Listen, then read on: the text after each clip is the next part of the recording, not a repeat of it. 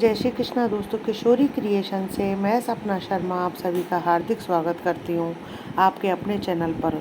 दोस्तों, इस वीडियो में आपके लिए मैं महालक्ष्मी व्रत की व्रत कथा लेकर के आई हूँ। महालक्ष्मी व्रत का पूजन जो है भाद्रपद मास के शुक्ल पक्ष की अष्टमी से शुरू करके अश्विन मास के कृष्ण पक्ष की अष्टमी तक किया जाता है। इस व्रत में जो है लक्ष्मी जी की मूर्ति को स्नान करा करके नए वस्त्र पहनाए जाते हैं। फिर लक्ष्मी जी को भोग लगाकर आचमन कराकर फूल दूब चंदन आदि चढ़ाते हैं और उसका पश्चात आरती करते हैं। इसमें जो है माता लक्ष्मी को हाथी पर विराजित किया जाता है। गज लक्ष्मी की पूजा की जाती है। इसके पश्चात आरती करके आरती के बाद प्रसाद वितरित किया जाता है। रात्रि को चंद्रमा निकलने पर उसे अर्घ देकर उसके बाद भोजन किया जाता है। इस व्रत को करने से धन धान्य की वृद्धि होती है और सुख समृद्धि आती है। जानते हैं महालक्ष्मी व्रत की पूजन कथा। एक समय महर्षि श्री व्यास जी हस्तिनापुर पधारे तो महाराज धृतराष्ट्र उनका आदर सत्कार कर राजमहल में ले गए। तब गंधारी और माता कुंती ने हाथ जोड़कर कहा कि हे महामुने, आप त्रिकालदर्शी हैं, तो आप हमको कोई ऐसा सरल व्रत व पूजन बताइए जिससे हमारी राज्य लक्ष्मी सुख पुत्र पौत्र और परिवार सदा सुखी रहे। तब व्यास जी ने कहा कि मैं एक ऐसे व्रत का वर्णन करता हूँ, हमें कोई ऐसा सरल व्रत बताएं, पूजन बताएं जिससे हमारी राज्य लक्ष्मी सुख पुत्र पौत्र व परिवार सदा सुखी रहे।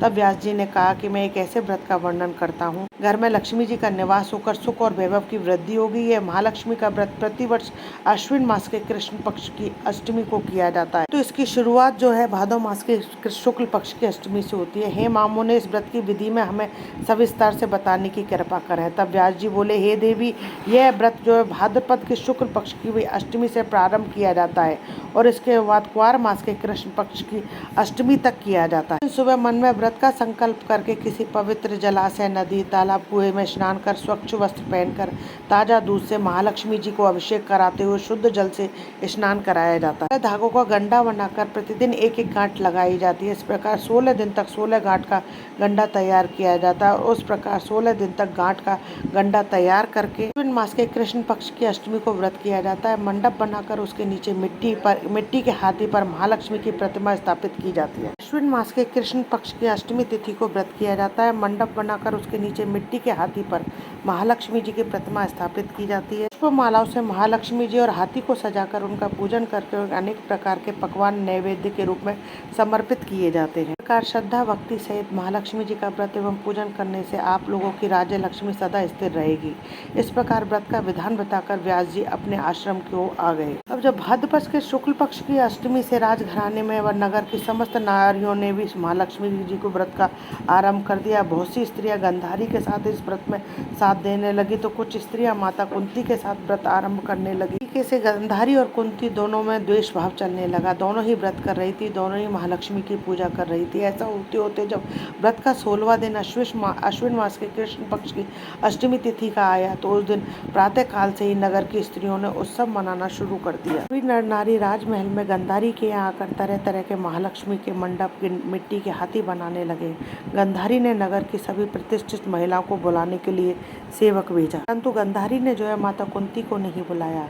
राजमहल में वाद्यों की ध्वनि गूंजने लगी। सारे हस्तिनापुर में खुशी मनाई जा रही थी। इधर माता कुंती ने अपना अपमान समझकर बड़ा दुख मनाया और व्रत की तैयारी नहीं की। महाराज युधिष्ठिर, अपने अर्जुन, भीम, नकुल और सहदेव पांचों पांडव उपस्थित हुए और अपनी माता को उदास देखकर अर्जुन ने कहा, हे माता, आप इतना दुखी क्यों हो?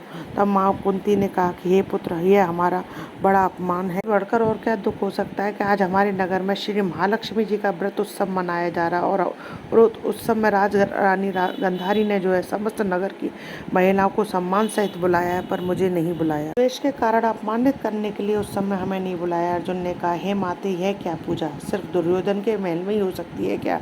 हम उससे अलग अपने घर में ऐसे पूजा को नहीं कर सकते? कुंती ने कहा, हमारे घर में भी हो सकती है, पर यह सामान इतनी जल्दी तैयारी नहीं हो सकती, क्योंकि गंधारी के 100 पुत्रों ने मिट्टी लाकर एक विशाल हाथी बनाया है और पूजन के लिए सजाया है। यह सब तुम कहाँ से, तुम सब नहीं बना सकेंगे। दुर्योधन के महल में उत्सव की तैयारी आज सुबह से ही शुरू हो रही है। अर्जुन बोले, हे माता, आप पूजन की तैयारी करो, सारे नगर को बुलावा लगवा दो। आपके पूजन के लिए इंद्रलोक से इंद्र का ऐरावत हाथी लेकर आपकी पूजन के लिए उपस्थित किए देता हूँ। आप अपनी तैयारी करो। इधर माता कुंती ने भी अपने साने नगर में पूजन का ढिढोरा पिटवा दिया। पूजा की विशाल तैयारी करने लगी। तब अर्जुन ने इंद्रदेव का ऐरावत हाथी भेजने के लिए एक पत्र लिखा और दिव्य बाण भेद कर धनुष पर रखकर देवलोक में इंद्र की सभा में भेज दिया। देव ने बाण से पत्र खोलकर पढ़ा तो सारथी को तुरंत आज्ञा दी कि ऐरावत को पूर्ण रूप से सजाकर तुरंत बाण के साथ हस्तिनापुर में उतार दो। तब महावत ने तरह तरह के साज सामान से ऐरावत हाथी को सजाया और बाण मार्ग से हस्तिनापुर को भेज दिया। सारे नगर में शोर मच गया कि कुंती के घर इंद्र का ऐरावत हाथी स्वर्ग से पृथ्वी पर उतरकर पूजा जाएगा। इस समाचार को सुनकर सभी नर नारी बालक वृद्ध की भीड़ एकत्रित होने लगी। गांधारी के महल में भी हलचल मच गई कि स्त्रियां पूजन थाली लेकर माता कुंती के भवन की ओर चली और पूरा मंडल महिलाओं के साथ ठसाठस भर गया। माता कुंती ने ऐरावत को खड़ा करने हेतु अनेक रंगों के चौक पुरा रखे थे। नवीन रेशमी वस्त्र बिछा दिए। सभी हस्तिनापुर वासी स्वागत तैयारी में फूल माला अबीर केसर हाथों में लिए पंक्तिबद्ध खड़े थे। इधर इंद्र की आज्ञा से ऐरावत स्वर्ग से पृथ्वी पर उतरने लगा। ऐरावत के दर्शन होते ही सारे नर नारियों में जय जयकार करना प्रारंभ कर दिया। अबीर फेंक रहा है, कोई फूल माला चढ़ा रहा है। सभी उनका बहुत अलग अलग तरीके से स्वागत करने लगे। सायंकाल के समय ऐरावत माता कुंती के भवन के चौक में उतर आया तथा सब नर नारियों ने पुष्प माला अबीर केसर आदि चढ़ाकर उनका स्वागत किया। रोहित द्वारा ऐरावत और महालक्ष्मी जी की मूर्ति स्थापित करके वेद मंत्रों के द्वारा पूजन कराया गया। नगर वासियों ने भी महालक्ष्मी पूजन का स्वागत करके ऐरावत की पूजा की। अनेक प्रकार के पकवान लेकर ऐरावत को खिलाए गए। यमुना जल पिलाया गया। फिर तरह तरह के पुष्पों की ऐरावत पर वर्षा की गई। पुरोहित द्वारा सरस्वती वाचन करके नारियों द्वारा 16वीं गांठ लगाकर लक्ष्मी जी के सामने समर्पित किया गया। ब्राह्मणों के लिए पकवान मेवा मिठाई आदि भोजन की व्यवस्था की गई। फिर वस्त्र द्रव्य स्वर्ण अन्न आभूषण चढ़ाकर महालक्ष्मी पर पुष्पांजलि अर्पित की गई।